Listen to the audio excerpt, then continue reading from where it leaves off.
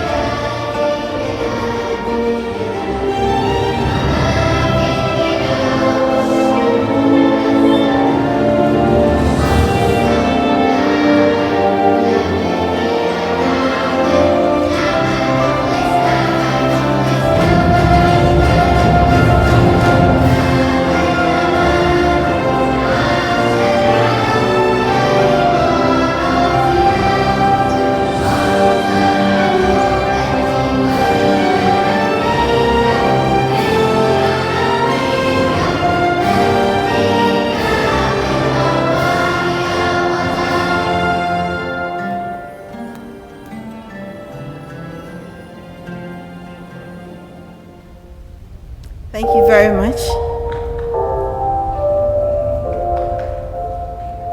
We'd like to say a very special thank you to the Office of the Sheikh, His Royal Highness, for giving us the privilege to be on his land this morning. I'll first of all want to introduce a few of us. We are all very special people here this morning, but for protocol's sake, I'd like to say a very big thank you to a few guests seated here this morning. First of all, to table one, we have His Royal Highness David Jeremiah. I want to see your wave if you are here. Thank you so much for coming. His Royal Highness Prince Owen. If you are here, please give us a wave. Prince Owen, thank you for coming. His Royal Highness Nuli Wachera. Please forgive me if I don't pronounce the name very well. Please, are you here? Stephen M. Kurunga. Please, are you here? Thank you for coming. Masuri Baskar. Thank you for coming. And then we also have Mr. Dustin Pereira. Thank you, sir, for coming. Mr. Samer Vahyali. Mr. Safi Kajoni. Thank you. Miss Mona. Miss Mona, are you here? Please give us a wave if you are here. Mrs. Balushi. Christopher Williams Martin. His Excellency Ambassador Sifoso. His Excellency Ambassador Sifoso. Please, are you here? Okay. Catherine. Okay. Honorable Rashkuma. Okay. I'm told some of us will join us in the afternoon. So in case you're not here, we'll still recognize you when you join us. Thank you very much. Honorable Titi Gezi. Honorable Apolloni.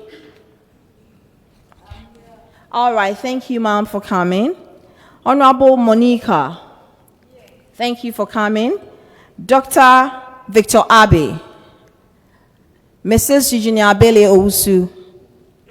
Dr. Samuel Chumesi from US and Ghana. You're welcome, sir. His Excellency Faduza. Dr. Ravani Kadia. Thank you, ma'am, for coming. Mr. Mahimoud. Okay. Mr. Timo Jankum. Okay. Nufal Samsudin. Okay. Bashar, please forgive me for the names. Bashar. Sharad. Okay. All right, to end, I would like to say you're all welcome. You are all very much welcome, and I'm sure we are going to have a very great deliberation. I now want to introduce Blessing, who would give us the introductory speaking, and then we can take the day forward. Thank you very much.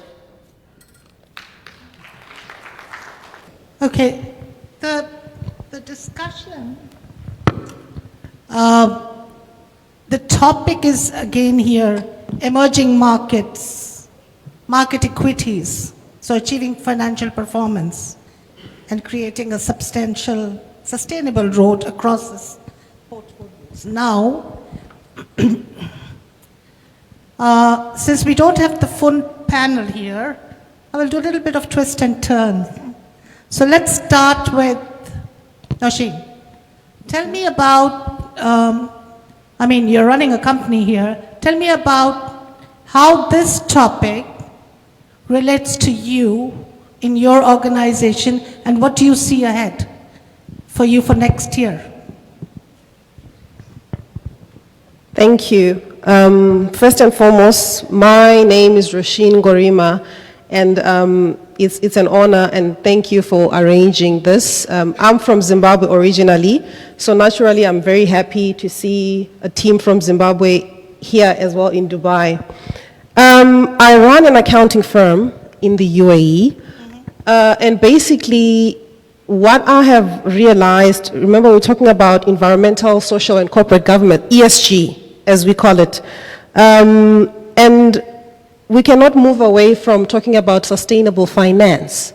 What that then means in terms of my role, it covers a range of activities. Basically, for example, putting cash into green energy, investing into companies that demonstrate social values. For example, good governance. Good governance to me would mean more women on boards. I am also a bit biased when it comes to women because I run an organization called Female Founders Initiative, Middle East and Africa. So this is a platform which amplifies voices for female founders and aspiring female business leaders. So obviously I would advocate for having a lot of women in leadership positions, a lot of women in higher leadership positions as well, and boards.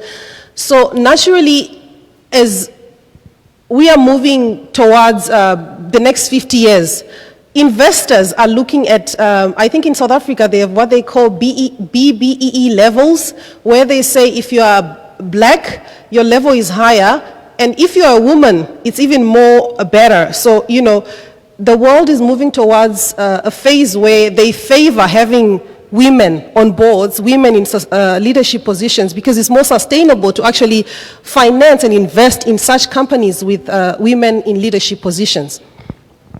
Okay, thank you. Would you like to add something to it, Eugene? Yes, definitely. It's an honor to be here. Thank you so much. I'm from Ghana. I'm here participating on invitation with Tarragon Edge. Indeed, I mean, when you hear sustainable, you think long-serving. When you hear sustainable, you're talking about making things last. And of course, financing.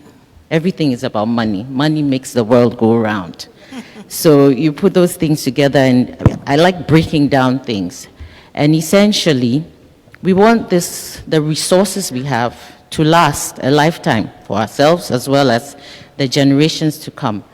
ESG definitely then is a key aspect of making these resources last. And like Roshin said, environmental, social governance. You look at the climate crisis the world is in, and that's what brought about the sustainability in us making sure that finances go where will enable the limited resources we have to be used properly. So when we look at the environment, I run an architectural firm. I came from a background of banking, but in the past 5 years have been running an architectural firm. We look at some of our clients and the projects they do. We always have to think green. We have to use products, materials that won't harm the environment. We have to think of deforestation. There are so many aspects we look at as an architectural firm that is in building, or what do you call it? So, and like she said, women issues are key now. You just said our two panelists, male panelists, didn't show, but we are here representing and delivering what we're supposed to do. That is all aspect of what do you call it? Yeah. I would just like to, when you're talking about ESG, and you explained it very well, both of you, what impact, either positive or negative, does ESG have on financing? ESG gives more options to borrowers. It gives more options to borrowers. You have a choice to choose, especially those who are ESG focused, companies who are ESG focused. I, as an investor, has to think, remember we said sustainable is long term. I need to think generational wealth. I need to think 100 years to come, 70 years to come, is this feasible? Is this going to be sustainable in the long run? So it gives options to an investor. Are you going to invest in a business that is going to realize profits now and it ends here, or you're going to invest in a business that is long term? So it gives options to the investor. Correct. Negative? Any negative? No, I'm a bit biased. I agree. I would also say more positive than in the sense that this allows more accountability and transparency from companies when they're using finances, as it were. We have a situation where one of the big accounting firms, PwC, has made a conscious effort to employ 100,000 staff cross-board for what they call the new equation. Okay. Just to ensure that they have employees that deal with issues concerning ESG factors, which is in the right. So if you have Pricewaterhouse coming out with this, I mean, so you know it's a key. Moving in the right direction. Moving in the right direction, definitely.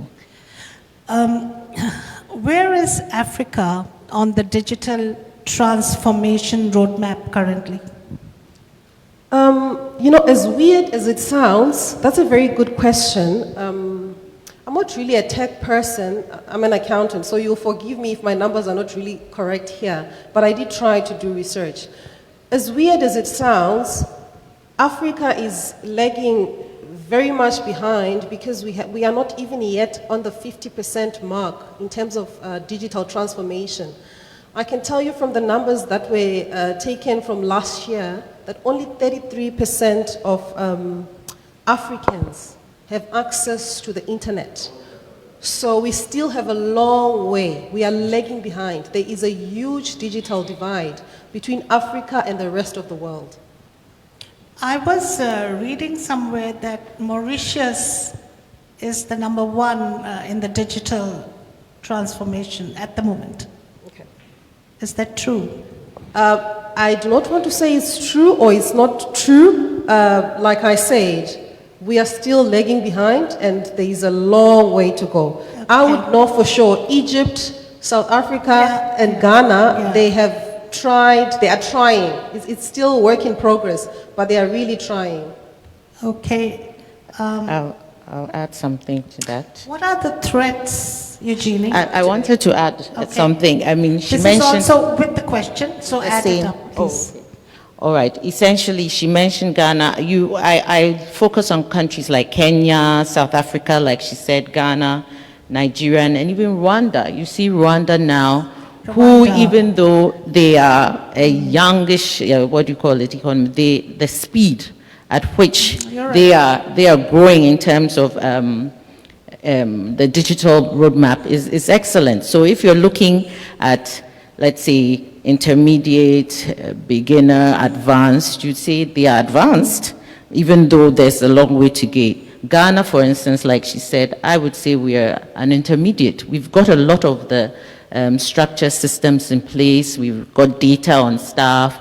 We're building essential equipment, etc. It's a journey, but we're definitely on it. So Africa, even though we lag behind, there's growth, there's progress. So that's what I'll add Africa is to that. special. Yeah, I think a lot of investment needs to be made in terms of our ministries of ICT. Our governments of today need to invest a lot in two things I would love to say. That's in agriculture, agri-tech, and also ICT in terms of computer engineering, because it's the future. That's the future, yeah. So can digital disruption create opportunities? A lot. Okay. It can create opportunities. I mean, being in Dubai, I would literally term it the hub of technology.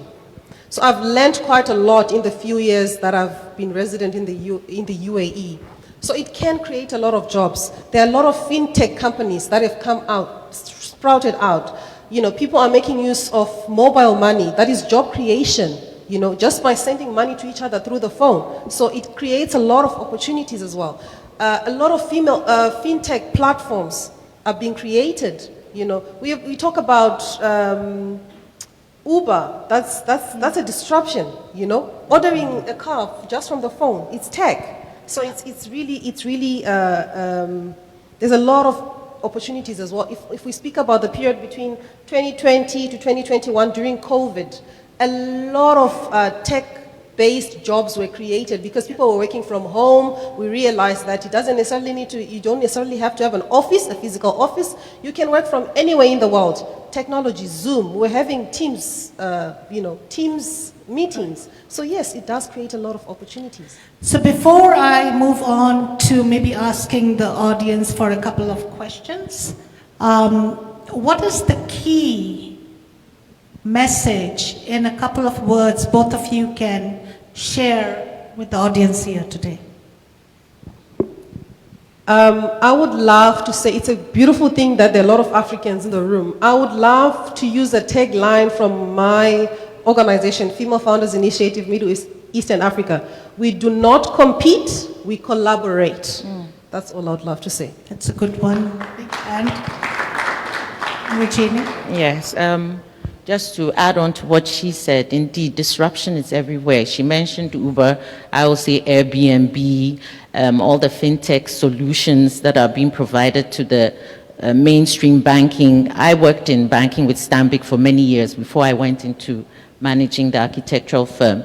And many solutions have come up, mobile money, like you said, payment patterns. So you can, even paying regulatory and statutory taxes right from the comfort of your office because they're seamless solutions online. Indeed, digital is the way to go. And to add to what she said, yes, Africa needs more empowerment. We're being empowered. We're on the journey, and definitely we're going to achieve what we set out to do. Fantastic. Thank you very much. I would welcome questions from the audience, please.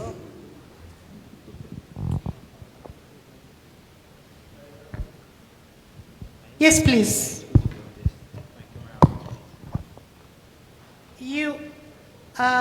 Anyone can give her a mic, please? A mic can be given to the lady here. Thank you.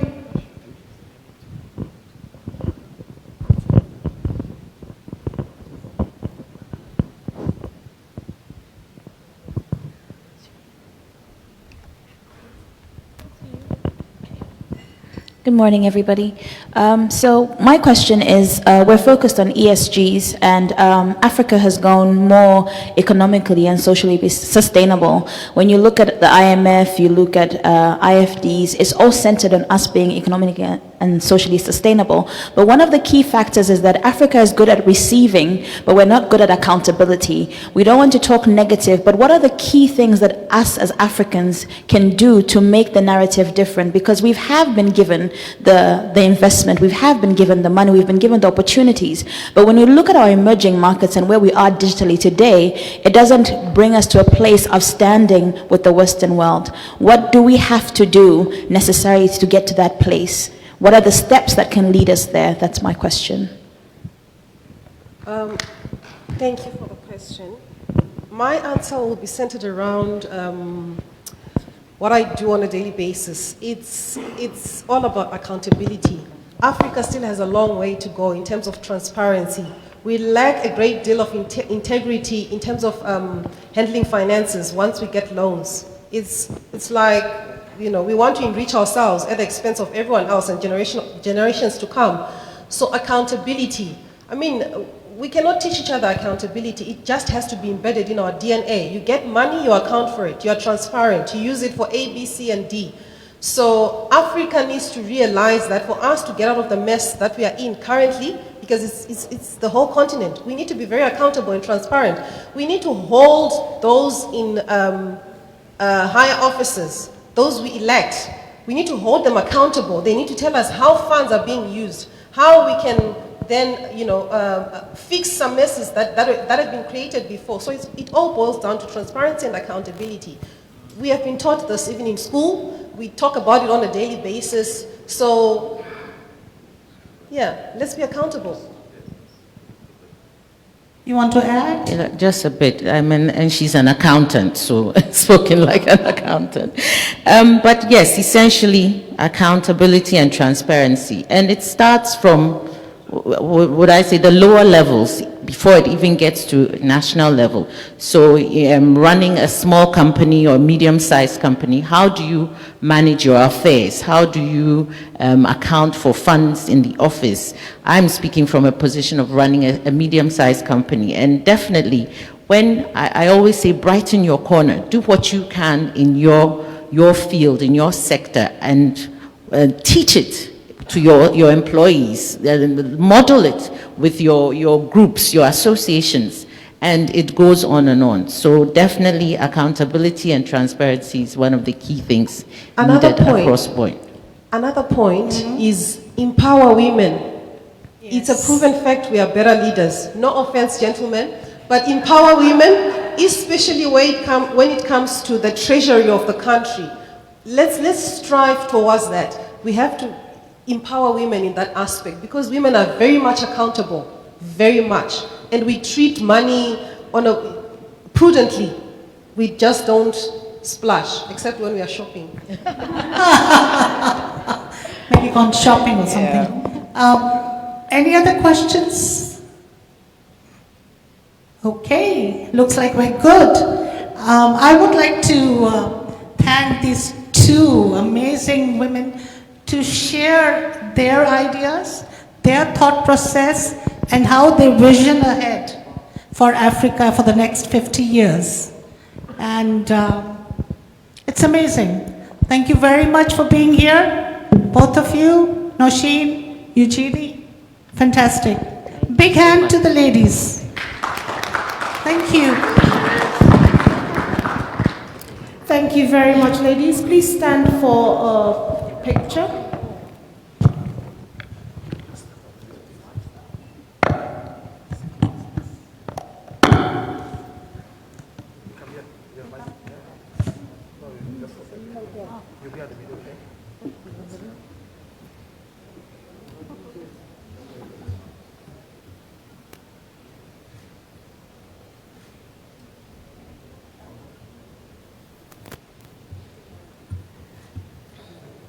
Okay, a round of applause for them, please. Thank you for stepping up. Yeah. Okay, we're going to take a short break now. I'm going to say 15 minutes. Very strict 15 minutes. Strictly, the extra 5 minutes is because I really want you to network. So please grab a drink, grab something to bite, and bring it back in. Exchange business cards on your way, but please, 15 minutes on the dot. We should kick off again. Thank you.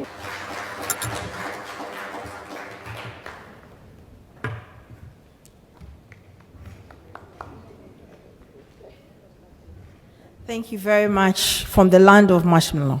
So there is so much to go to marshmallow and go and invest. The opportunities are enormous. Before we take the next presentation, we'd like to play a very short video for all of us to see. Thank you.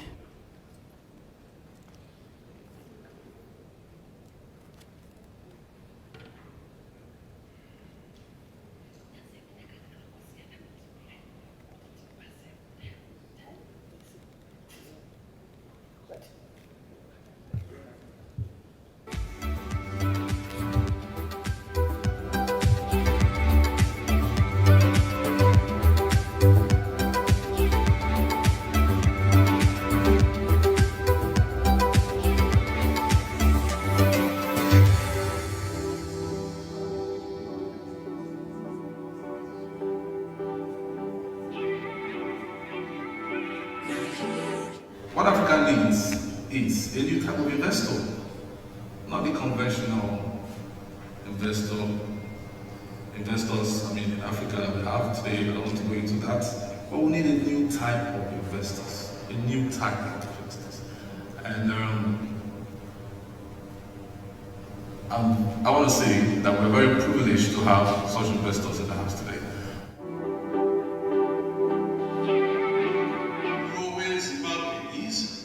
Zimbabwe is in southern Africa. Gold everywhere, in every town there is gold. And what you now find is gold is no longer a prison of large corporate mining companies. It's actually for artisanal miners. Dubai has had a very, very fair, square story of how successful it has been and it is today. Besides the fact that it's tax-free, besides the fact that all the other things that you know about Dubai, the bling, definitely, and everything put together, Dubai today is one of the most matured investment opportunities in the world.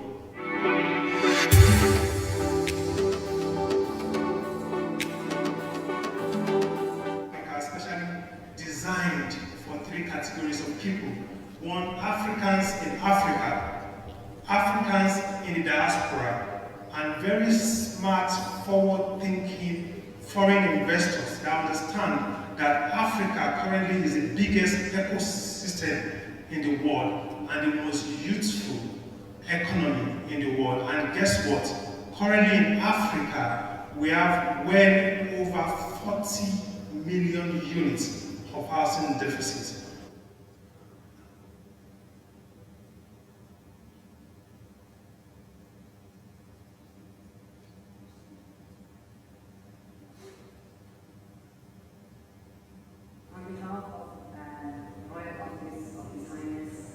Sheikh Ahmed Al-Qassimi, I welcome you all.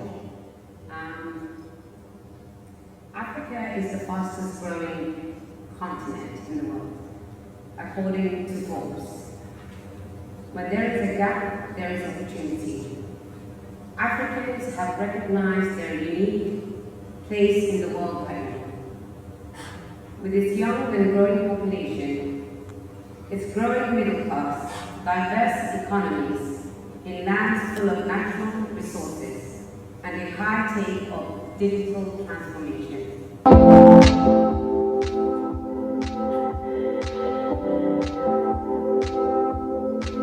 To set the mission to empower the African continent. Africa has been at the margin of the global economy for most of its post-independent period after the West forced its way into it. In terms of trade, it has been one of the least integrated regions of the world. They weren't able to attract private capital. People didn't think of it as a serious investment. But right now, it's a different story.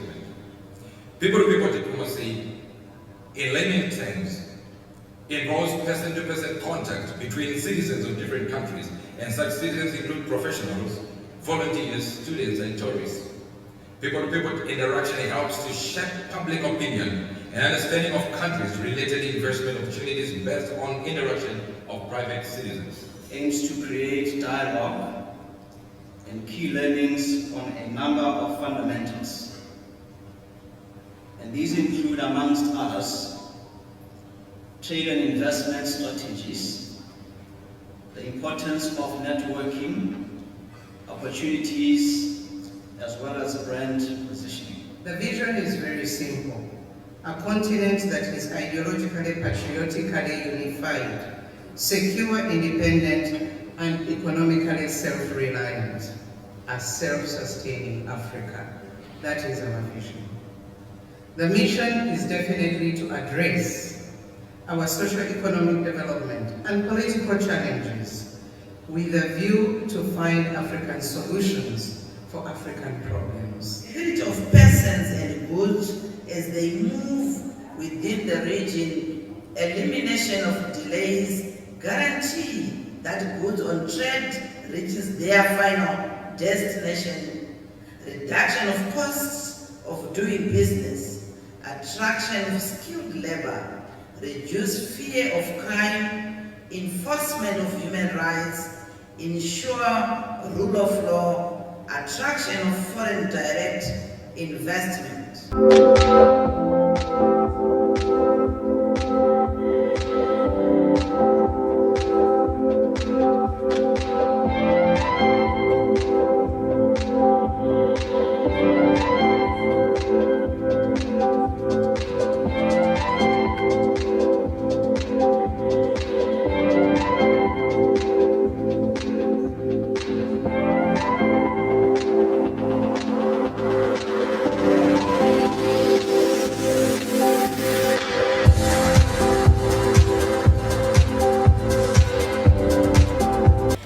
For our next presentation, I'd like to call on Dr. Victor Abbey. He is the CEO, Managing Partner, V5 Solutions Limited, and FV Global Consult. His topic, Strategic Leadership Positioning, Building a Learning Organization to Attract Future Global Investments.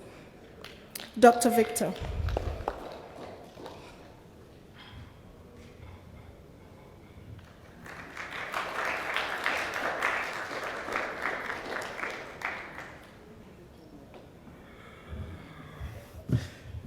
Your Highnesses, ambassadors, special distinguished guests, fellow Africans, and our hosts, the Emiratis, good afternoon.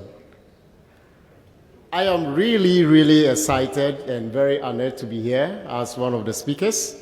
It's an opportunity. This is my first time of coming here, but I think ever since I arrived in Dubai, this is my second time of coming to Dubai anyway, I've seen a lot of changes around, and that means that we're moving forward and seeing a lot of fellow Africans and businessmen around here. I feel really excited to be here, especially listening to the previous speakers talking about the fact that Africa is the hub for further development of the world, or the hope for the world.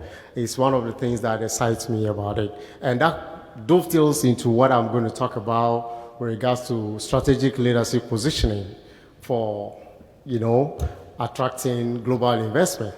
Because leadership is the center, the fulcrum around which everything revolves. It rises. All our activities that we carry out as businessmen rises and falls on leadership. So it's very important that in our drive to attract global investment, we, as much as possible, try to look within ourselves and see what we can do as leaders of businesses. How do we position ourselves to be able to thrive and attract global investment? So without much ado, I will first of all say that the theme for this year's summit fits in so well. The importance of it, or the relevance, cannot be overemphasized. So that makes me quite excited. I must indicate, I will say it over and over again, I'm quite excited about it. Now, talking about positioning Leadership. What are some of the things that we need to be thinking of? We are business leaders. More often than not, we focus on financing. But as leaders, how do we position ourselves? In the current world where volatility, uncertainty, complexity, and ambiguity surround us, the velocity of change around us is so enormous that we cannot figure out a singular solution to a problem. How do we position ourselves strategically so that our businesses become a learning environment for progress? You cannot do the same thing over and over and expect a different result. Challenges that come our way should position us to learn or to pick up lessons so as to move forward. So in addressing the issue of strategic leadership position, I'm going to remind all of us, we know already, but it's just a reminder to all of us to tune our mind to certain things or to revisit certain issues that we face on a daily basis that will position us strategically moving forward. And the first one I want to talk about has to do with, in the world today, we are lucky to have close to about 4 to 5 different generations at the workplace. How do we, as leaders, strategically position those leaders across the different generations to be prepared and knowledgeable in attracting or in demonstrating to prospective investors that indeed capacity exists in our businesses when they invest in? So capacity building for the various generations. Talk about Generation X, which most of us belong to anyway. For the baby boomers, they are already those above 60s. They are mostly the board chairman and all that. But as those who are in the front row, the Generation X and the millennials and what we call the Generation Alpha, the younger folks coming up that we are engaging in our businesses, technology is at their peak. How are we building our businesses around technology, using the capability of those younger generations? Because these guys are very smart at technology. How do we employ technology using capacity of those generations to be able to position our businesses well? Because across the globe now, technology is driving everything. And that's the next thing I'm going to talk about. The fact that technology is driving everything means that strategically, you as the businessman must also equally position yourself in a way that technologically you'll be able to use technology to facilitate your business. Now, let's come to face the COVID-19 2020 when the whole world, the globe, locked down. Most of us had to resort to use of technology to transact businesses.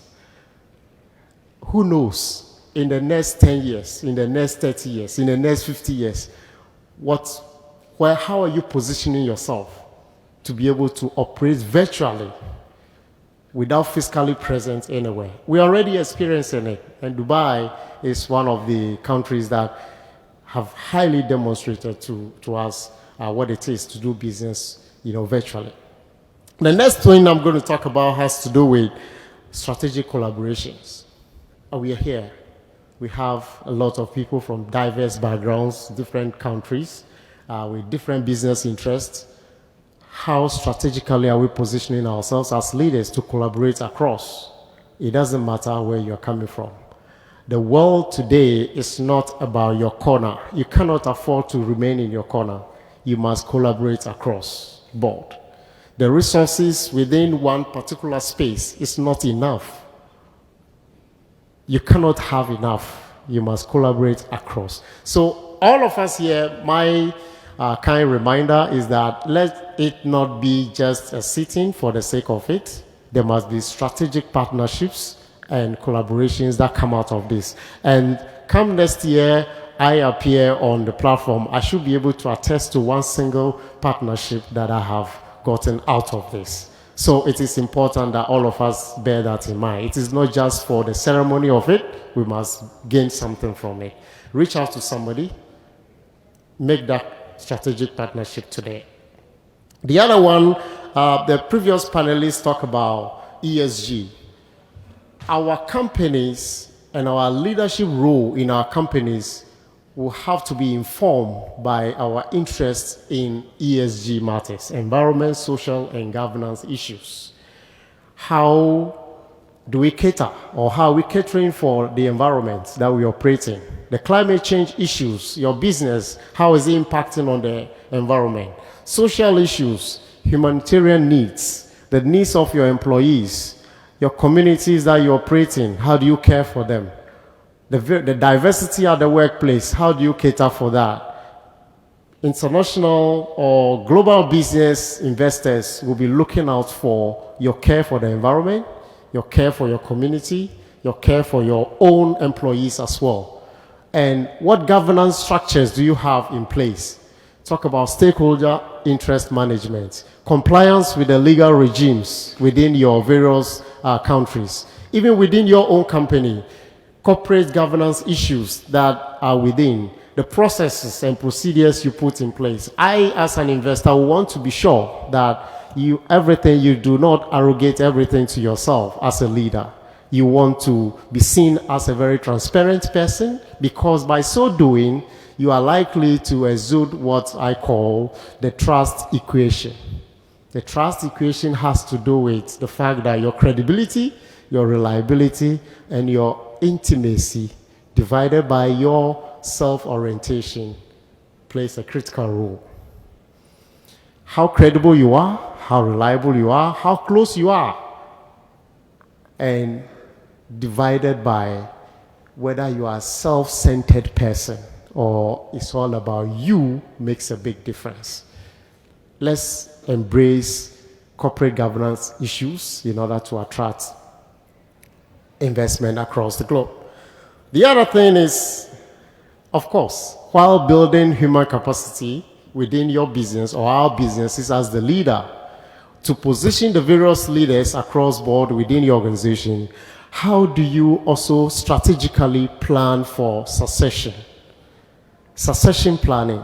Because investors want to look out for who takes over from you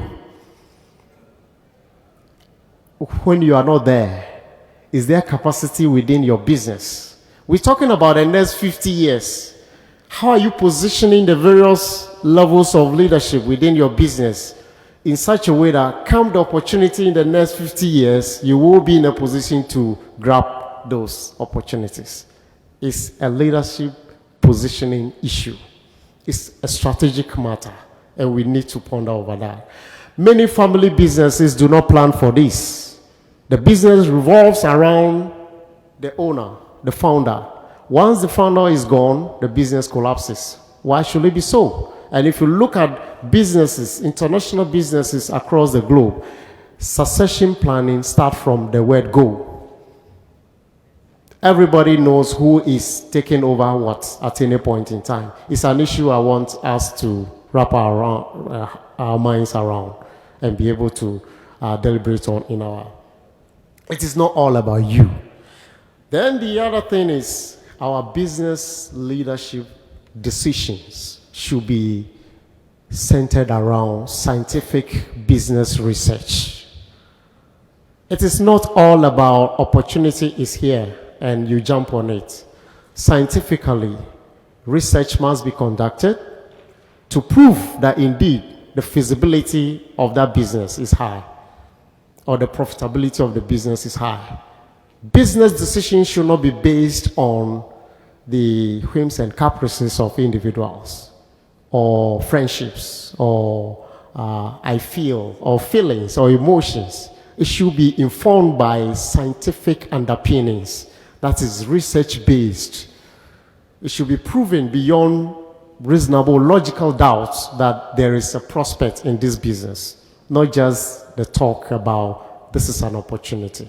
For example, talking about my Zimbabwean friends, investment opportunities in there. A lot of research has gone into what they are putting out there because they have researched and they have proven that this is the quantum of lithium available in their country. And that is what I'm talking about. It should be based on scientific research outcomes. You know, it's very important that we understand these are the critical issues that we need to talk about. But let me be quick to also bring this other issue to our attention. That has to do with the fact that leadership positioning, not only at the corporate level, but at the diplomacy level as well. Because diplomacy, that's international collaboration by way of political diplomacy, also helps in promoting businesses. If Africa is to benefit from global investment in the next 50 years, it calls for a different leadership approach. A different leadership approach that centers around mindset recalibration. Mindset recalibration, where leaders must begin to look at their challenges as their challenges and looking within to find solutions to those problems without depending on others solely for solutions. And collaboration at the political level should be win-win situation, not win-lose situation. On this note, I would love to reiterate the point that I've made so far, that generational differences, harnessing the potential of those generations to position our businesses is a critical issue for our leadership drive. The issue of technology is another one. The issue of care for the environment, social and corporate governance issues are also critical to our very survival if we are to benefit from the investment opportunities in the next 50 years. And also succession planning. Your businesses should live way after you are gone. That is the legacy you leave for humanity. Not for you, but for humanity. Because the number of people who depend on that business for survival is so critical to the survival of the society at large. So succession planning that will ensure that your business lasts and benefits from the investment is very important. On that note, shukran, thank you, shalom. Thank you.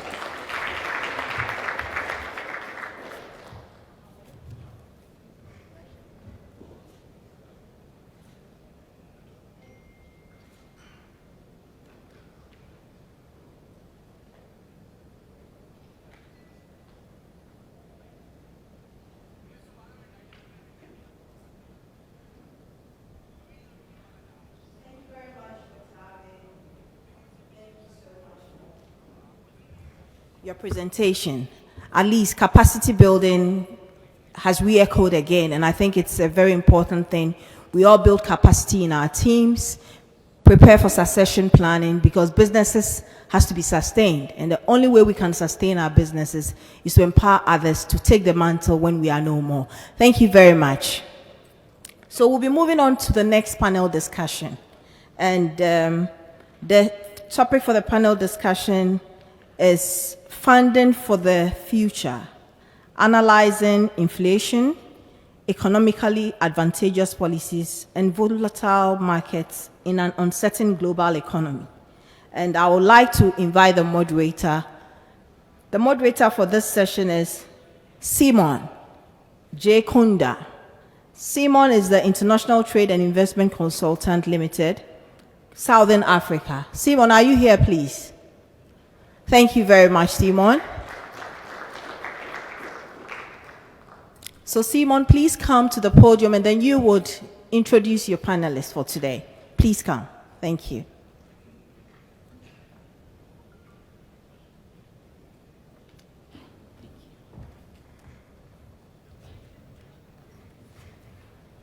Good afternoon, everyone.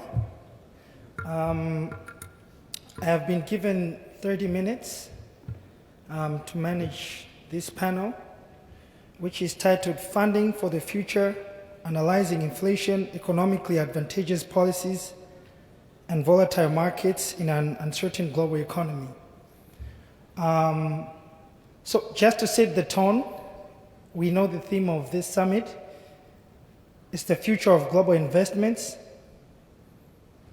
towards the next 50 years. I want us to have the same energy. Do we have the same energy?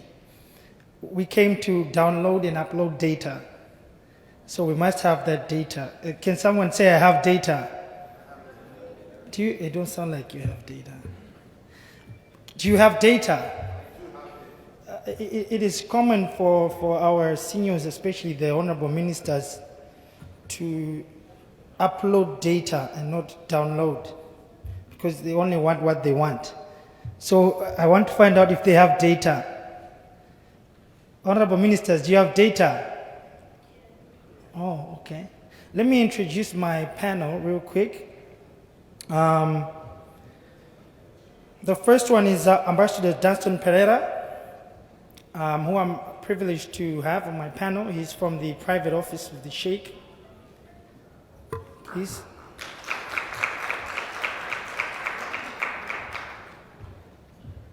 The second one is Dr. Victor Abe, who just presented. Just to clarify, he's the CEO and managing partner of V5 Solutions Limited and FP Global Consult from the Republic of Ghana. So I have panelists from 4 countries. I'm the 5th one in the 5th country, so that's why we're here. Okay. The third one rather, is Honorable Sanyo Masaki, my brother from the Republic of Kenya.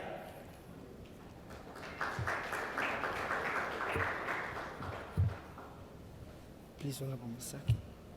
I have Mr. Tafadzwa Musarara, the chairman of the Grain Millers Association of Zimbabwe. I don't need to mention the country anymore, it's Zimbabwe. Thank you very much.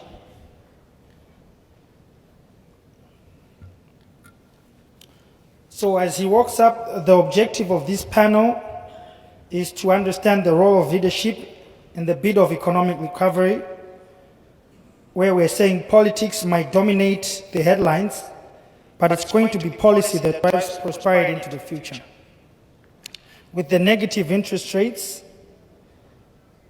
we shouldn't say they are always negative, right? It depends on the transaction you're doing. So we hear from them. But with the negative interest rates and volatility top of the mind for many investors, there is still room and time for active leaders to adjust strategies to outperform their passive counterparts. This is the moment I wish my brother Dr. Hillary was here, because it's our food, trade and investment. And looking at Africa beyond the next 50 years is why we're here.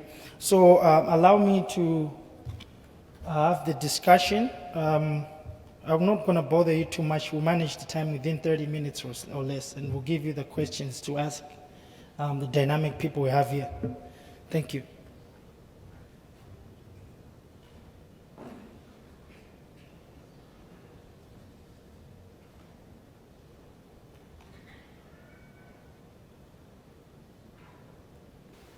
Right. Check if the other mics are working.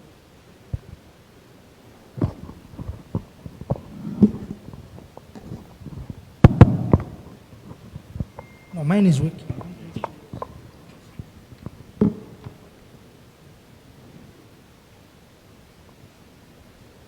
I'm just going to give each one of us a question, brief ones.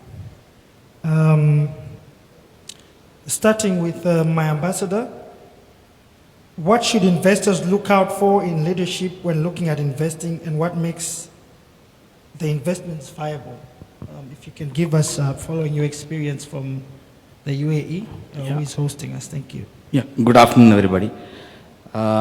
See, anybody who looks for investment in any country, they first look at the leadership. UAE is a classic example where the country has been growing phenomenally well because of the excellent leadership. Now, when we talk about the leadership, the most important thing that any investor is looking at is stability. In the sense, if he is investing a certain amount of money in any country, how stable is that country for him to enhance his business and ensure that the return of investment is happening in a stipulated time frame. In UAE, the advantage what we have is the leadership is a monarchy. It's not a democratic like in other countries. So what happened is there is a consistency in terms of the regulations, the policies that is being implemented in this country, which everybody knows that it is not going to change. The policies or the regulations that is being implemented, it either improves further, it doesn't get reverted or reversed where it happens in a democratic country. Because it's not to be blamed on any leaders or leadership, because a democratic country functions like that. There is a limitation for the leaders to perform in those countries for about 4 years or 5 years. And once the leadership changes, definitely there's going to be an impact on the policies that has been implemented, which can or cannot impact the businesses. So people look for a consistent quality of performance in any country, and that depends on the leaders and the leadership that it prevails in that country. And today we have seen the leaders from many countries talking about those countries, and that gives a lot of confidence, because when they come and say, come, we are here to support you, we are here to give you all kind of thing, that is what an investor wants. Thank you. Thank you very much. The next one is sensitive, is an excuse for most countries now, but let me just put it out. Investors are looking for a safe haven for their investments. It is then safe to say that investments need stability, all right? But with the current global crisis, as a result of factors mostly relating to the Russia-Ukraine conflicts, how with the current landscape affect investment? Please, Mr. Tafara, if you can take that one. Thank you. Thank you very much, moderator, for asking me the most tough question. We sincerely hope and pray that peace will return in the Eastern Europe. However, the crisis that has happened, the geopolitics that is currently unfolding, has caused 3 challenges to the world, and which can be tapped into opportunities. The Ukraine-Russia conflict has caused three major shortages, 3 Fs: food, fuel, and fertilizer. And on food, I think you have seen that there's been inflation in major economies throughout the world. Fuel has gone up by nearly 60% since the beginning of this year, and fertilizer has also gone up 150%. These 3 major commodities has affected Africa the most, to the extent that there's been a spike in the commodity prices, viability challenges for farmers, and indeed Africa needs alternative or additional sources for these 3 Fs, which poses, again, is an opportunity for the UAE to come and invest in Africa. The future of African economic growth is agriculture and infrastructure development. Again, it provides an opportunity for UAE to come and invest in those areas. I will just give example of my country, Zimbabwe. Having faced the challenges as a result of the Ukraine-Russia wheat, we had nearly 57% of our bread wheat coming from Russia and Ukraine. The Second Republic, the current government, worked with the private sector to come up with a well-oiled fund agriculture program. And to date, since colonization, we have, in fact, this year we have harvested the biggest wheat, which is more than 14 months requirement. We have been net importers of wheat. So from that crisis, we have seen an opportunity, and our government and private sector are working together on that one. We also have seen a lot of infrastructure development because the usual investors have shied away largely due to Corona and others. And that has been a result of an inward looking on what's supposed to happen. We feel that the ambassador has said it, he has put the conditions very well, that he has to proceed in foreign investment on the issues of governance, and the previous speakers have spoken. But we feel that Africa, largely you have seen peaceful and successive governments, transitions. Kenya is a good example, Malawi, DRC, and others. And I think Africa is now ripe for investment, and it should be the prime destination for investment. However, we feel that certain countries have been affected by certain international bilateral decisions that has been made on smaller economies. In our country, we are currently seized with economic sanctions that has been imposed on us, which are affecting business. And I hope this Africa Summit will actually add a voice to their removal so that we are at par and our engagement efforts are going to be enhanced. Thank you, moderator. Thank you, Mr. T. That's some good data, eh? I don't see the energy. I don't see the energy yet.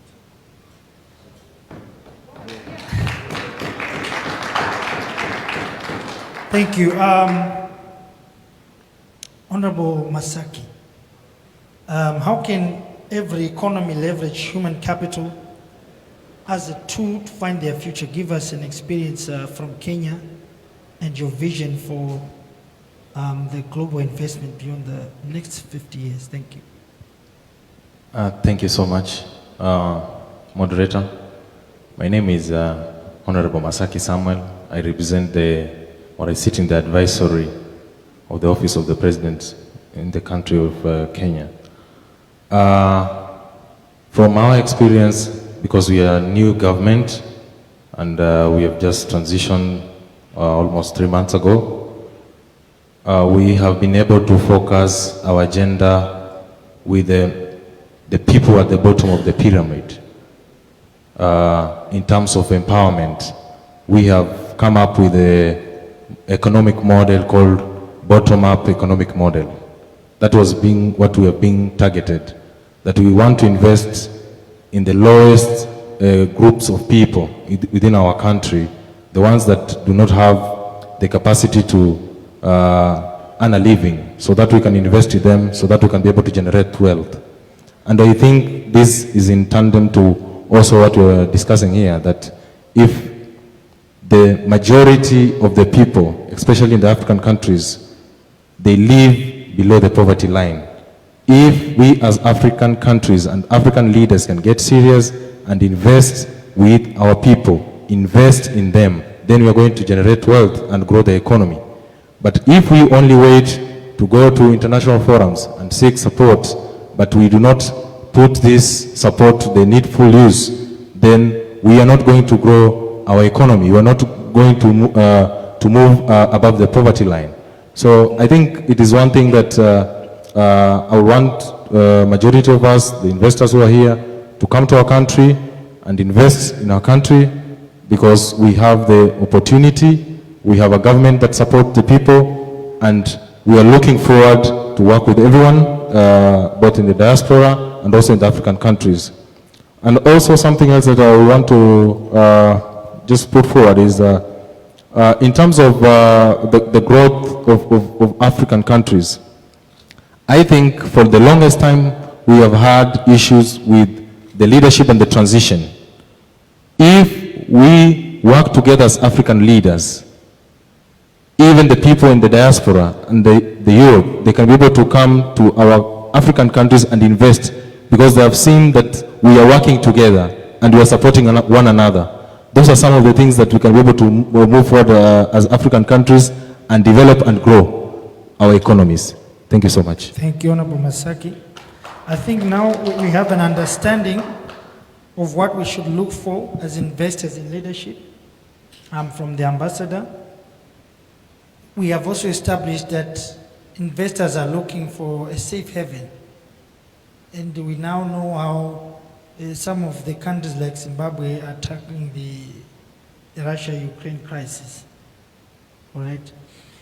Now, I think from our expert presenter, Dr. Abi, you want to tell us about financing.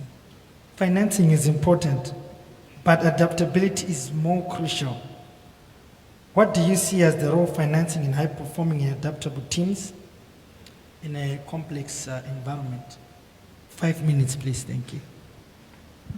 All right, thank you, Mr. Kayunda. I think before I come to the question, let me just add a little bit to what the ambassador and other panelists have said.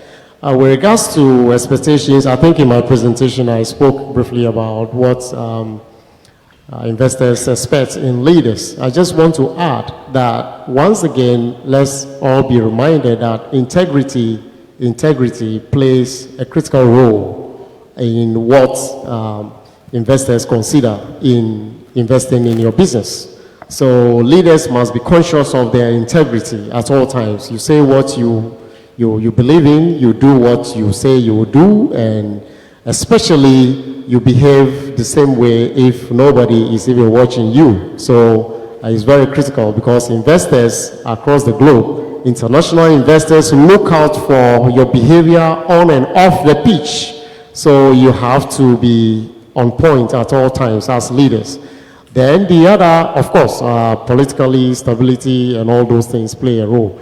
Then we talk about the issue of inflation and the Russian war. Obviously, it is across the globe. High inflation rate is across the globe, but how you play your game well at home also is critical to investors' decision in coming into your business or your country as well. Then, to my point, financing in high-performing teams vis-a-vis adaptability. Of course, we are in a very volatile space now across the globe. Like I said, velocity of change around us is very enormous. It's just top of a finger and things are changing. And so business decisions obviously must be backed by financing. But the financing must be pushed into good use while having in mind adaptability issue. How quick are you able to adapt to changes around you? So your preparedness to adapt to changes means that the financial resources available to you for use must be tailored towards the right things at all times. It is not just about having the finance available and you are using it anyhow. It must be tailored in a way that they provide answers to changing needs of your business. So by so doing, the high-performing teams are going to be encouraged more to do more. And so productivity will always be on the high side because anytime there's a need to change or adapt to or respond to the changes around the business or the world, your team knows very well that there are finances available and they will quickly think outside the box, especially if you have a learning organizational environment where people are innovative and creative. They are able to respond quickly, provided you are able to assess and make available the right finances. So financing is key in continuous performance of teams within businesses. Likewise, the political space as well, because whatever innovation we are thinking of, building capacity of the young people, driving investment across board and all that, managing that finance within the ever-changing or rapid-changing environment we find ourselves in plays a critical role in the continuous performance and productivity of teams at the workplace. Thank you. Thank you, Dr. Abi. I'm sure the clap of hands signifies the Africa we want. This is the Africa we want. I'm now going to give an opportunity for questions and answers from our diverse team of experts we have here. One of the ladies I was next to, she told me diversity is what makes good leaders. I agreed with it. Unfortunately, we were supposed to have a lady on our panel. She missed it. I think she didn't make it from Kenya. So Honorable Masaki is fitting in two shoes. The diversity here is fitting not only gender issues but also age issues. All right, we want more youths to be in the leadership positions. We want our older generation to be able to download what the younger generation wants for their future, so that we're able to manage our future. So with that said, I'll give 10 minutes to anyone who wants to ask the team here questions, including myself. Actually, my name is Simon Kaunda Jr. I'm an international trade and investment consultant, and I'm focusing more on Southern Africa. So you can also ask me questions, and I'll respond after moderation. Thank you very much, anyone.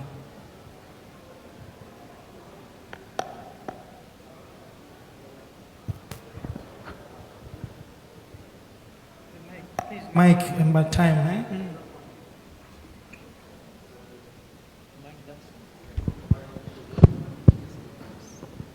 You can take my mic. No, it's fine. We're winning. It's okay. Okay, ready here, my brother. All right, thank you so much, panelists.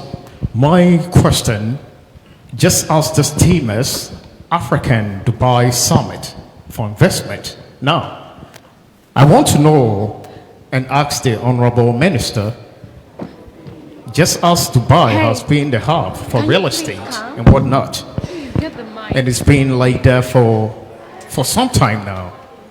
I'm looking as an investor to invest here in Dubai. What would you say for the next 5 to 10 years is the key thing or the big major thing here in Dubai to invest in?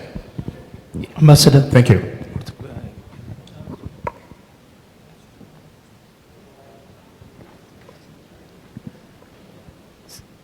As you know, in Dubai, if you see, the rules has always been amended to be favorable for the investors. If you see, about 5 years back, for any investor to come and invest in this country, there has to be a joint venture company to be formed with a local sponsor. And the condition was that the local sponsor should hold 51% of the shares, and the investor who is coming on board will hold 49% of the shares. But today, as of now, the rule has changed, and today the investor can have 100% of the shares, which means he is the sole owner of the investment or the business that he is going to start here, and there is no involvement of any local sponsor or any local person in that. Second, if you see, there has been many rules that has been very conducive to the people. Like today, if you see, anybody who is investing 2 million and above in real estate or in any other businesses gets a golden visa, which enables him to stay in this country, become a resident for 10 years, which is renewable every 10 years. Whereas a normal person who is investing can get only for a period of about 3 years maximum. So, if you take like this, if you list down, the advantages are far, far more than the disadvantages. And that is all basically because of the consistent in the leadership is what I can vouch for. All right, so besides real estate, what is the next big wave that Dubai is seeking investors in? Second, see, Dubai, as you know, the key sectors that today we are looking at is, one is real estate, second is health sector, because after the pandemic, health sector has become very, very predominant.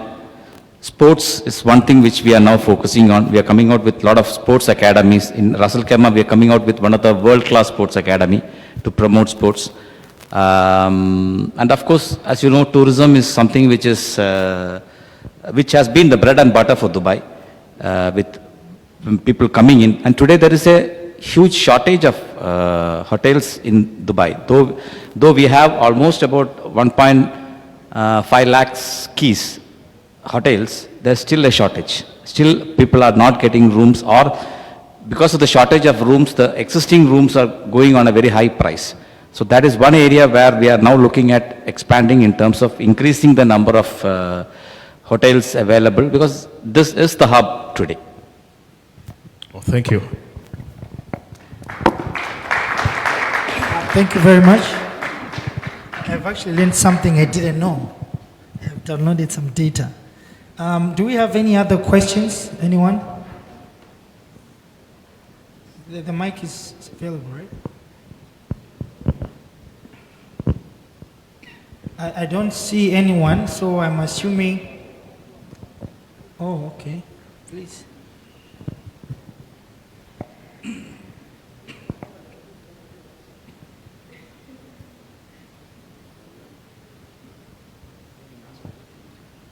Okay, so after my lady from, I think she's from the Republic of Zambia, South Yes, I Africa, am. and the United States. No, I'm from the Republic of Zambia. Okay, pick one, but I'll pick Zambia for now. Okay, and then after your question, we're gonna go to my madam from Zimbabwe, which is open for business. Thank you. Okay, mine is not a question, but we spoke earlier about diversity, and I think you didn't touch much upon it. And I think it's a fundamental thing that we need to talk about as Africa-Dubai Investment Summit. And for the ambassador, Dubai is very big on leadership. And I think what Africa is lacking today is great leadership. So we are enforcing that Dubai should do a model that helps us, especially as part of the summit. You know, LWD needs to do something in terms of leadership, because in Africa, yes, we have the resources. We're a hub. We're open for investment just as much as Zimbabwe is across Africa. But one of the key things that we haven't done is implemented great leadership as Dubai has done.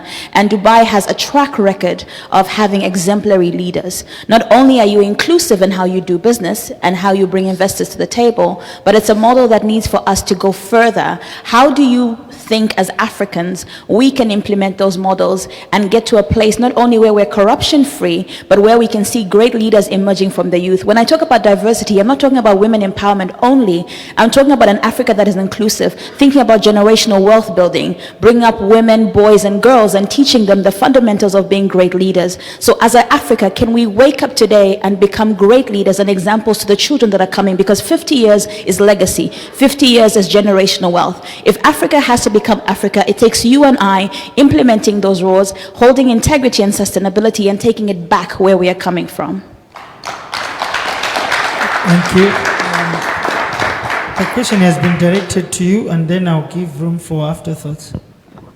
I don't think it was a question, but yeah, I think the world is watching UAE. The world is watching UAE, how we are implementing things in this country.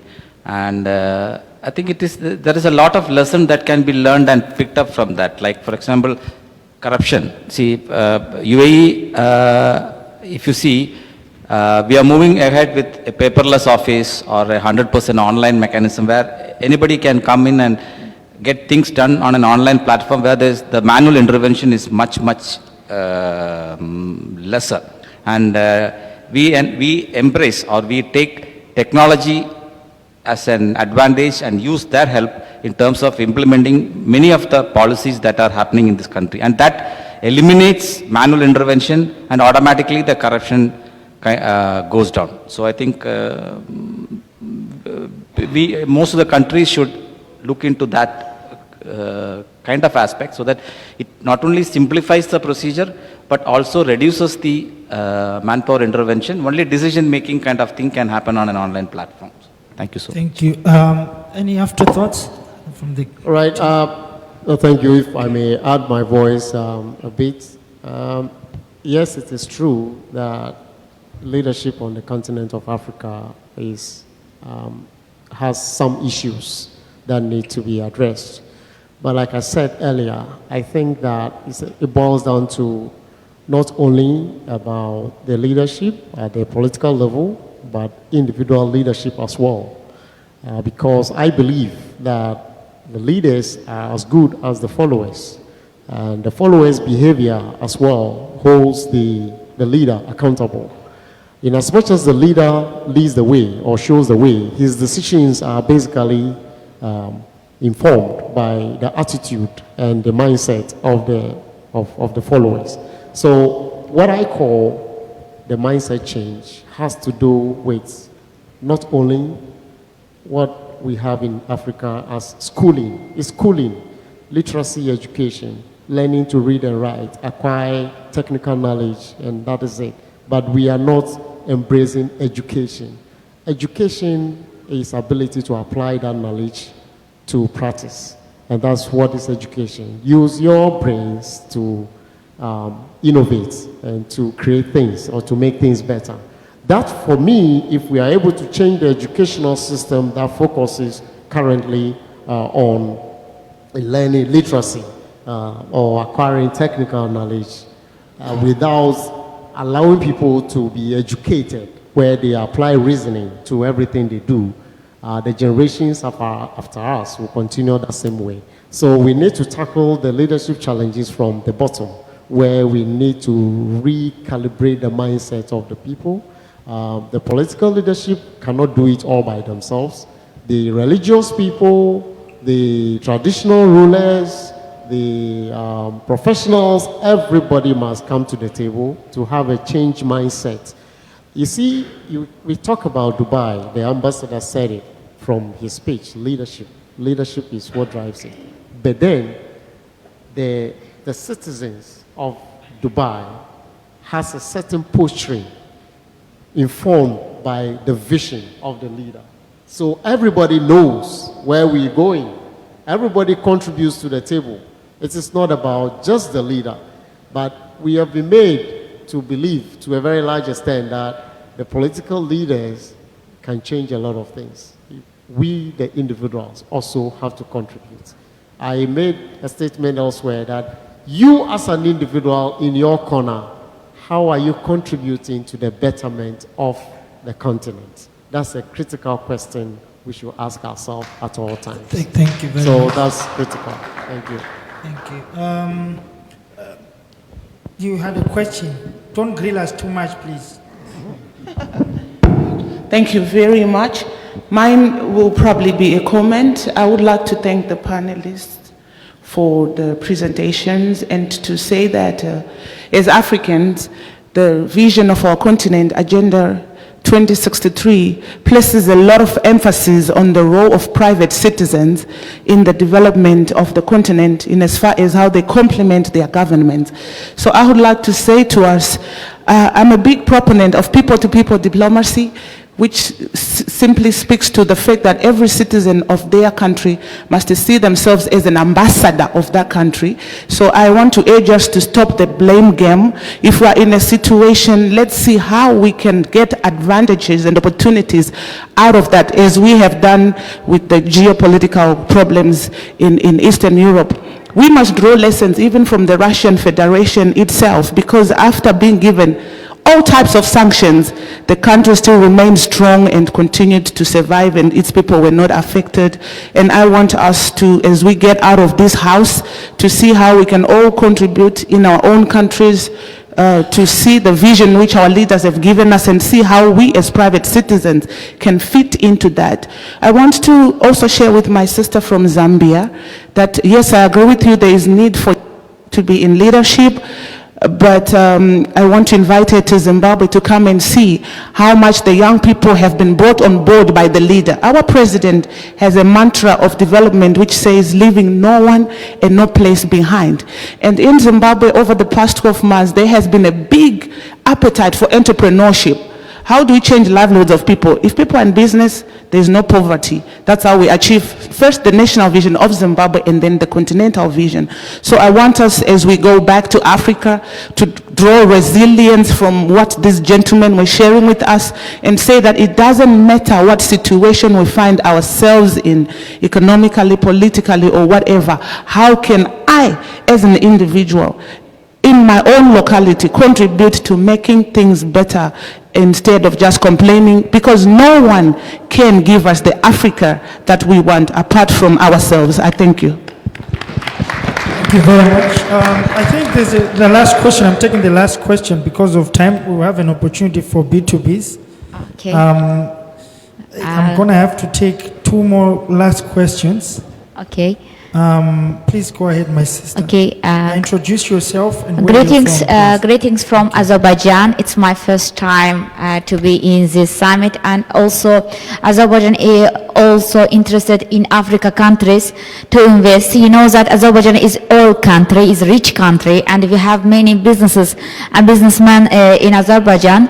And within the Ukraine and Russia war, there are many Azerbaijans and Russians businessmen are looking for countries where they can invest their money. And it's great for me to be the part of these investments because we have good relations. And now we are creating the Chamber of Commerce, Africa and Azerbaijan. It's registering in Azerbaijan, and after the registration, I would like you all invite to our Azerbaijan to see our country and also do some trades. Okay. I'm also the resident of OIM. We have whole company here. It's about 10 years. But what's the problem with Africa? I have many requests for palm oil, for charcoal, for others. But I can't receive any specification, any certificate of analysis. It's a problem for each product. And also the financing. We want to do the payment, but we are afraid to do the payment because no any bank guarantees. You know that I don't want to say it, but you all know that now we have cybercrimes, and many of these cybercrimes is origin from Africa, from Nigeria. We are looking, yes, we are searching and analyzing and see that IP address is from Nigeria, and really it's very we are very afraid of this situation. It's a very big problem to the buyers or to the sellers to do some trades with Africa countries. And I want to know that maybe you have platform, reliable honest partners, real companies registered, you have bank companies guarantee. Maybe you have a platform where I can find the buyers or the sellers, because so many scammers in this in Alibaba, in like this, global buyers, many platforms, yes. And my question is, please, please find me buyers and sellers from Africa, reliable and honest, because I want to import to Africa and export from Africa. I can do it, but I can't find, but I face it with these issues. Thank you so much. Thank you very much. Because of time, if you may allow me, Honorable Masaki from Kenya, the biggest economy in East Africa. I think it's more than 100 billion. Can you tell the lady in regards to what she has asked and how you would foster business between, say, your country and Azerbaijan? I know this country, I actually just knew 4 days ago, and I'm interested to go in there. Honorable Masaki, please. Just to respond to the question, I think with what we have developed so far as a country is through the Business Council and also the business chambers of commerce. We are reaching out to different countries, especially in diaspora, on how we can be able to come up with interventions that can be able to create partnerships with the two countries. And that's what we have been able to do. In recent years, there have been a lot of challenges with the transaction of doing business, but as of today, we have reduced those risks.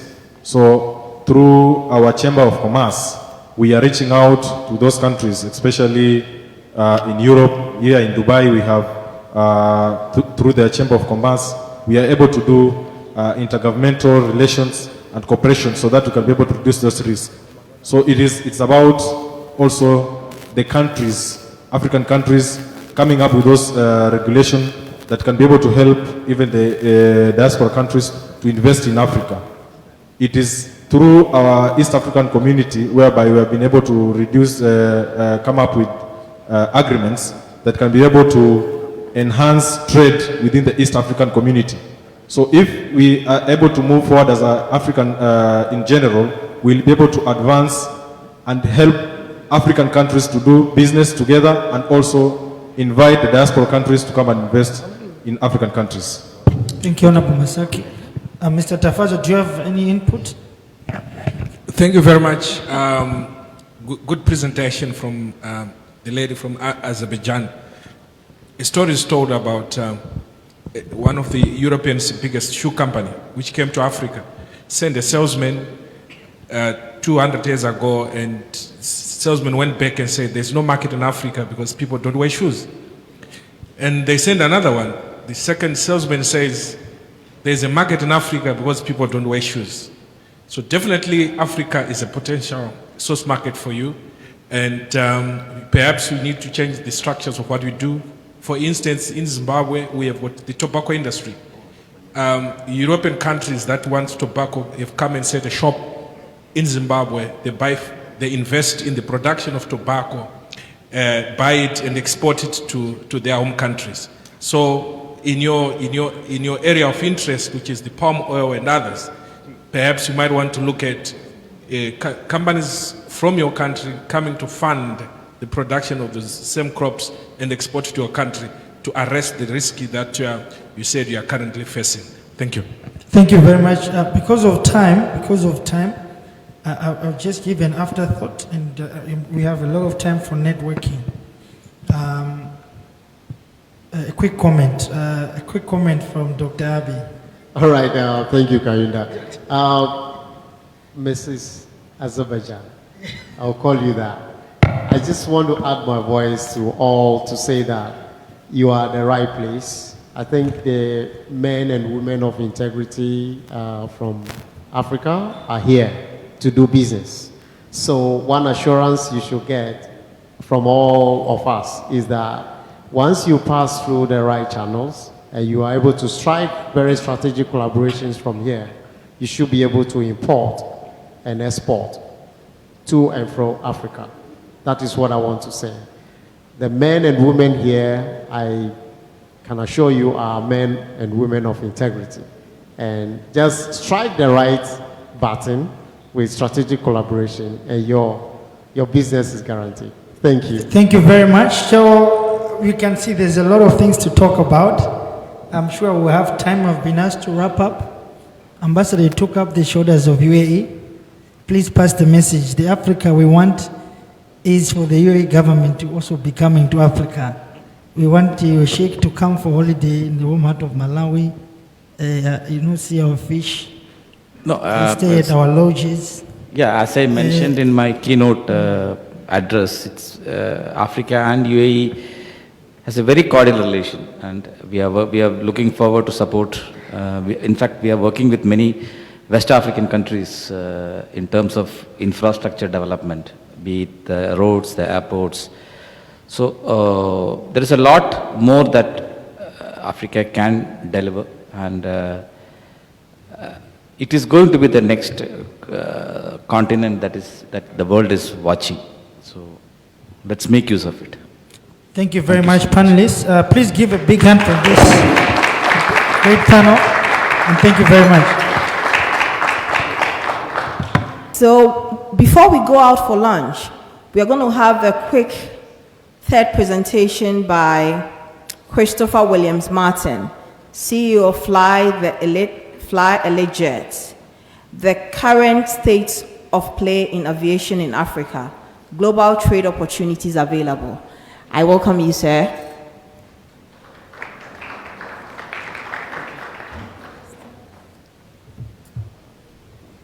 Your Excellencies, distinguished guests, ladies and gentlemen, I'd like to express my sincere thanks to His Excellency Sheikh Ahmed bin Faisal Al-Qassimi, Blessing, Dr. Hillary, and all the team at the Leaders Without Borders Summit.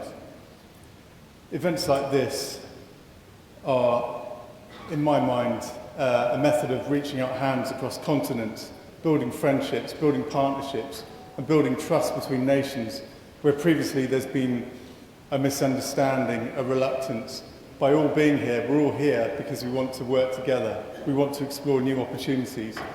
And I make a commitment to you all now that I'm here to extend my hand of friendship to you, and we're open to partnerships, helping you in whatever way we can. I'm truly honoured to be here. A bit about me and my background. So my name is Christopher Williams-Marston, I'm the CEO of Fly Elite Jets. It's a company I founded based on, well, a childhood dream really. I always wanted to fly, and I had a vision in my head about what I was going to be one day, which funnily enough is pretty much what I've achieved now. At school, no one believed me when I told my teachers what I wanted to do. It's like, yeah, dream on. But I've achieved it, and it hasn't been a smooth path. I've struggled quite a lot. And when you're a startup as a small company, trying to be taken seriously by some of the bigger companies, it's very hard. But you grow, and you adapt, and you improve. And every day I'm determined, and I want to achieve more.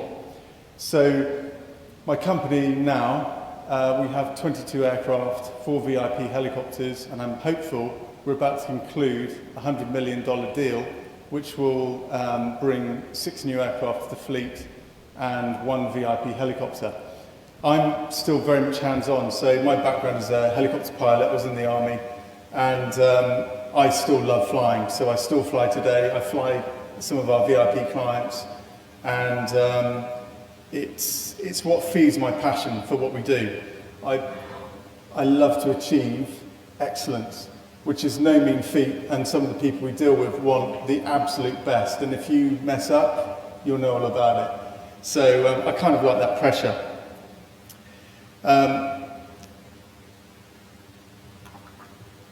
Yeah, so I've been doing some business in Africa in a small way over the last few years, and in my experience, and speaking honestly with you, I believe that Africa is the least understood continent globally, but it's also the continent with the most potential. People have, in my mind, misunderstandings, prejudices.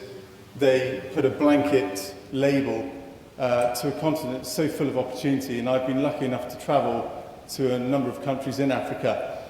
I have to say I've learned a great deal on my travels, and I had no idea that Africa had over 200 languages. The statistics for this vibrant continent, the warmth of the people, the love that you feel when you go to visit small villages, and even going up through the ranks of ministers is extraordinary. And I've had great conversations and great friendships with many of the people, thank you, at the Leaders Without Borders Summit last year, which I attended for the first time. And those conversations are going on today, and I honestly have great warmth for this whole summit and the people that I've met. So my pledge is that I want to help you, as countries, to take centre stage. It's your time, and there's a big opportunity right now. So COVID, very sadly, grounded a large number of airlines, and I want to say now, no airlines own their own aircraft. All the aircraft are financed. They're owned by leasing companies and banks. And those banks want their monthly repayments every month. What's going on in the world, whether your fleet's grounded or flying, they're not really interested. They want that money every month. So when their analysts were seeing that you're probably not going to be able to fly to those countries and achieve at least 85% occupancy, they took fleet off them. So major airports around the world were stacked with, it's very sad, but stacked with airliners that had been repossessed by the leasing companies. The financial impact on these airlines, it's going to take them 10 years before they can turn a profit. So these airliners are sitting there, idle, doing nothing, and all the time, the brand new aircraft are a bit like a brand new car. The depreciation can be around 30% for the first 10 years. After 10 years, it's a minor percentage. So we've got a business model for Africa, which is to capitalise on these aircraft that are sitting around doing nothing. You can acquire them with us for a fraction of their price, and I'm talking about premium airliners, fully fitted out, that would be worth 350 million each, and you can get them for a fraction of the cost. So we're talking kind of 60 million for a $350 million airliner that's ready to go. So, on my presentation, there's just some background slides here, but it's to show the scale of what we do. So, Medivacs, we've been recently very quietly getting people out of, mums and babies and children out of Ukraine that were holed up in apartment buildings when dreadful things were happening. We're all ex-army. I'm a dad, I've got 3 children, and when you get phone calls from people that are terrified for their lives, can you help us? You can't ignore that. So, yeah, we sent a team in, of our close protection team, and we got them out discreetly. So, we operate worldwide. We fly everyone from Middle Eastern royalty, governments, ultra-high net worth families. All our business is confidential. The only time you'll see any mention of a client on the web is because they've decided to post a photograph of themselves and put it on their Twitter or Instagram or whatever. We never do that. We do PR, we do press and media, but we never mention client names. One of my mantras is all private travel should be private, whether it's commercial airliner deals or private jets. So, yeah, I say again, I'm here because I want to extend my hand of friendship to you, give you the best honest advice that can be provided, and we want to work with you as partners, not simply a profit and loss setup where we say, there you go, thanks very much, we'll leave you to it. We want to handhold you through it. We've got a team of experts, operationally, commercially, and me. I don't hide, and my contact details are on the last slide of the presentation where you can get hold of me anytime. And a lot of our VIP clients, they send me a WhatsApp and they wait for the 2 blue ticks, and then the clock's ticking on the response time. So I work under pressure all the time, and I'm here for you. So I'd like to say thank you very much for your attention. It's a real pleasure to be here, and anything we can do to help you, you can call on me anytime. Thank you very much.